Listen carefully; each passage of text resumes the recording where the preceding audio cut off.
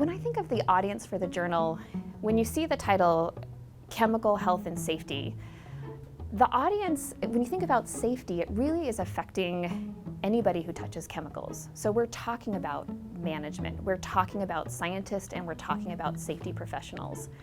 So this isn't a journal just for safety professionals, this is a journal for anyone who needs to be concerned about the safety of their chemicals.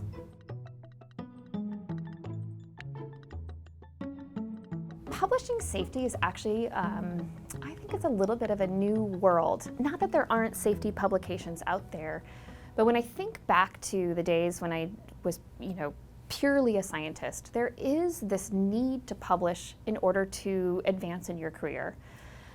Safety is a little bit different. I think as a safety professional, if you never published, I don't think that would affect necessarily somebody's performance or their ability to progress in their career. The difference is there is so much information in the safety community. What I find interesting as I engage with potential authors is trying to talk to them about the value of publishing and about sharing their experiences and sharing their insights, and in some cases sharing data that they've collected that in their minds it's helped them just get their job done, but actually could have influence and change the way other people are doing their work in different environments. What I'm looking for, are some very concrete responses, or, I like to understand reaction mechanisms and how they can progress and become something that can become dangerous. So we might be looking at very specific scientific data, but I'm also looking as an editor for insights into how organizations function and how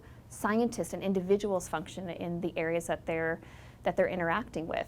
And so that's not going to look like a traditional scientific paper, but it's in the same way a safety professional could benefit from technical data, a scientist could benefit from insight into how organizations function and how scientists function. Today, I would say I want to create a journal that a graduate or undergraduate student can read all the way through their professional career. But I really do want that focus to think about laboratory and research-based safety. When you think about process safety, you're really talking about fixed facilities typically running the same process 7 days a week. When you start to get into research and you think about how we do research as scientists, we're talking about processes that can change on a daily basis, even on an hourly basis.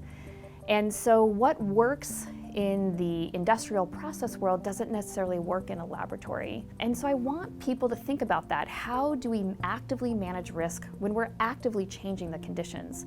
So if we want to talk about standard operating procedures, how do you write a procedure that accounts for that and allows that flexibility, but yet still helps provide a scientist with some basis for how to do the work they're doing safely, and gives them that freedom to change, but yet still be knowledgeable or cognizant of what they're doing and how these changes can affect the work and the safety that they're engaged in.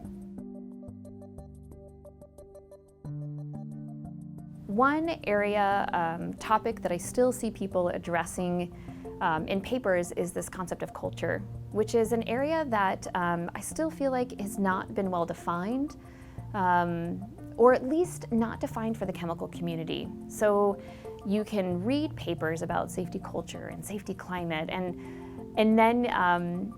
and then you look at what we're doing in the chemical or chemistry field, especially particularly at academia, and I still feel like it's a little bit nebulous. I recently had a paper submitted from some graduate students working on chemical safety or chemical safety culture. And it was interesting, some of their insights, that they learned that if they even want to comment on culture, there was a different approach they needed to take to collecting data. And since we as chemists aren't used to collecting data for human beings, they can't even report some of their findings because they haven't done it in the way that you have to collect data on people. And so I think that there'll be some insights from that paper for the audience, that if you want to start to measure culture, what do you need to do? What is that process so that you can collect the data and then report it to the larger community? When I completed graduate school, I started down a path of, I did a postdoc. And after I did a postdoc, I was doing some short-time work working for a startup company, and I needed to find a more permanent job. And I stumbled into the safety world. I saw a job posted on Craigslist of all places for this little federal agency called the Chemical Safety Board.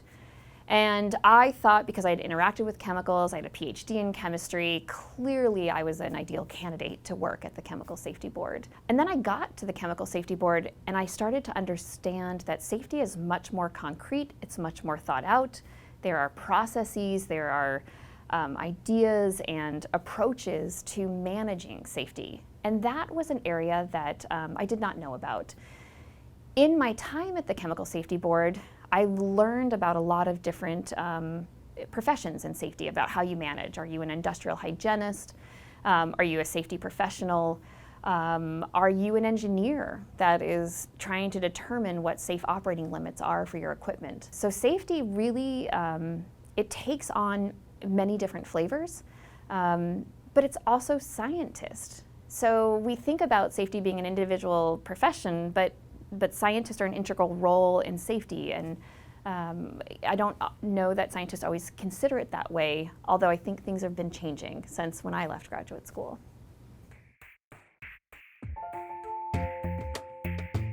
So I went to school at a liberal arts school in Colorado Springs, Colorado, called Colorado College. Started off thinking I was going to be a Romance language major and switched to chemistry after taking French.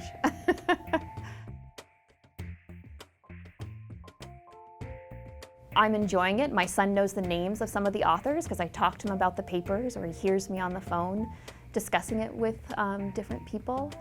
And you know, it's an unexpected experience that I never dreamed of doing, but get so much satisfaction from. And I'm really grateful for the opportunity and all the people that I've had chances to speak with and talk about and debate safety with. It's been a great addition to my life.